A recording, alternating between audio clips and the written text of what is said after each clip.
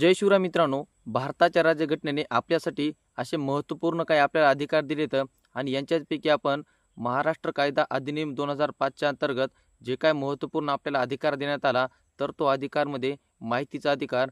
जर एखाद्या ठिकाणी जर गाव पातळीवर एखादं जर काम होत असेल, ते ग्रामपंचायतर्फे असेल किंवा पंचायत समिती आहे, त्याच्यानंतर तहसील यांच्या कोणत्याही संदर्भात असू द्या, तर ते काम होत असताना गावामध्ये जर त्या कामामध्ये काही अडचणी असतील किंवा काम चुकीच्या पद्धतीनं होत असेल किंवा जर त्या ठिकाणी काम झालंच नसेल किंवा काही लोकांनी तिथले पैसे उचलून खाली असतील, तर यांच्यासाठी काय करायचं याची सविस्तर माहिती आपण या व्हिडिओच्या माध्यमातून जाणून घेण्याचे प्रयत्न करत. तर मित्रांनो, माहितीचा अधिकार नेमका काय, हा कायदा कसा अंमलात आणला, त्याच्यानंतर हा कायद्याचा वापर केल्यानंतर तुम्ही काय करू शकता, याची संपूर्ण माहिती आपण आजच्या व्हिडिओच्या माध्यमातून जाणून घेण्याचे प्रयत्न करत. तर मित्रांनो, तुम्ही जर पाहिलंच असेल, गाव पातळीवर जर एखादं काम होत असेल, उदाहरणामध्ये एखादं टाकी असेल, बांधकाम असेल, त्याच्यानंतर रस्ता असेल किंवा अंगणवाडी शाळा असतील, तर यांच्या माध्यमातून जे काही काम केलं जातं म्हणजे ग्रामपंचायतच्या माध्यमातून, जर त्या कामामध्ये तुम्हाला वाटलं की हे काम चुकीच्या पद्धतीने व्हाले किंवा या कामामध्ये भेसळ आहे किंवा जर एखादं काम केलंच नसेल आणि त्याचे जर पैसे कोण उचलून खाली असतील, तर त्याच्यासाठी काय करायचं, तर मित्रांनो त्याच ठिकाणी तुम्ही माहितीचा अधिकार लावू शकता. आणि हा माहितीचा अधिकार लावल्याच्यानंतर ते जे काही अधिकारी असेल, त्या सर्व अधिकाऱ्यांना 30 दिवसाच्या आत त्या कामाची पूर्ण माहिती तुम्हाला देणं बंधनकारक असतं. आणि जर ही त्यानं जर काम लांबवलं, तर त्याच्यावर रीतसर अशी कारवाई होत असते.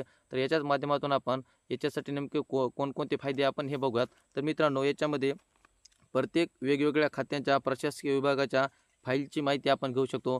म्हणजे याच्यामध्ये कोणतंही खातं असू द्या, त्या खात्याची संपूर्णपणे माहिती आपण त्यांच्याकडून लेखी पद्धतीने घेऊ शकतो. हा अधिकार महत्त्वाचा आपल्याला या माहितीच्या अधिकाराच्या माध्यमातून मिळालेला आहे. त्याच्यानंतर आपल्या गाव परिसरात रस्त्यांची कामे असतील, त्याच्यानंतर इतर शासकीय बांधकामे असतील, यासारखी विकासाची कोणतेही कामं असू द्या, त्या कामाची माहिती तुम्ही पुरेपूर घेऊ शकता. की या ठिकाणी कोणता खर्च झाला, किती खर्च झाला, काम कसं झालं, कामाची गुणवत्ता कशी आहे, अशा प्रकारची संपूर्ण माहिती तुम्ही घेऊ शकता. हा एक महत्त्वाचा आपल्याला अधिकार या राज्यघटनेने दिलेला आहे.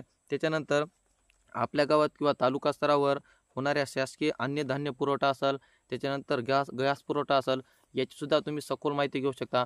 उदाहरणार्थ, जर तुमच्या गावामध्ये राशन दुकान आहे, तर राशन दुकानामध्ये जर काही तुम्हाला वाटत असेल की चुकीच्या पद्धतीने कामं होत आहे, कुणाला जास्त राशन, कुणाला कमी राशन किंवा राशन येत नसेल किंवा राशन येऊनसुद्धा जर तो राशन दुकान जर तुम्हाला राशन देत नसेल, तर या ठिकाणीसुद्धा तुम्ही त्याच्यावर माहितीचा अधिकार लावू शकता. आणि हा माहितीचा अधिकार लावल्याच्यानंतर तुम्हाला त्याचा पूर्णपणे उपयोग होतो. त्याची पूर्ण माहिती तुम्हाला या ठिकाणी भेटत असते.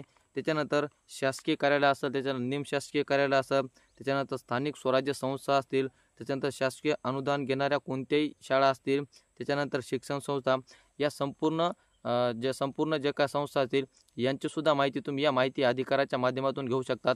तर मित्रांनो, ह्या फक्त आपण काही महत्त्वाच्या बाबी पाहिल्यात.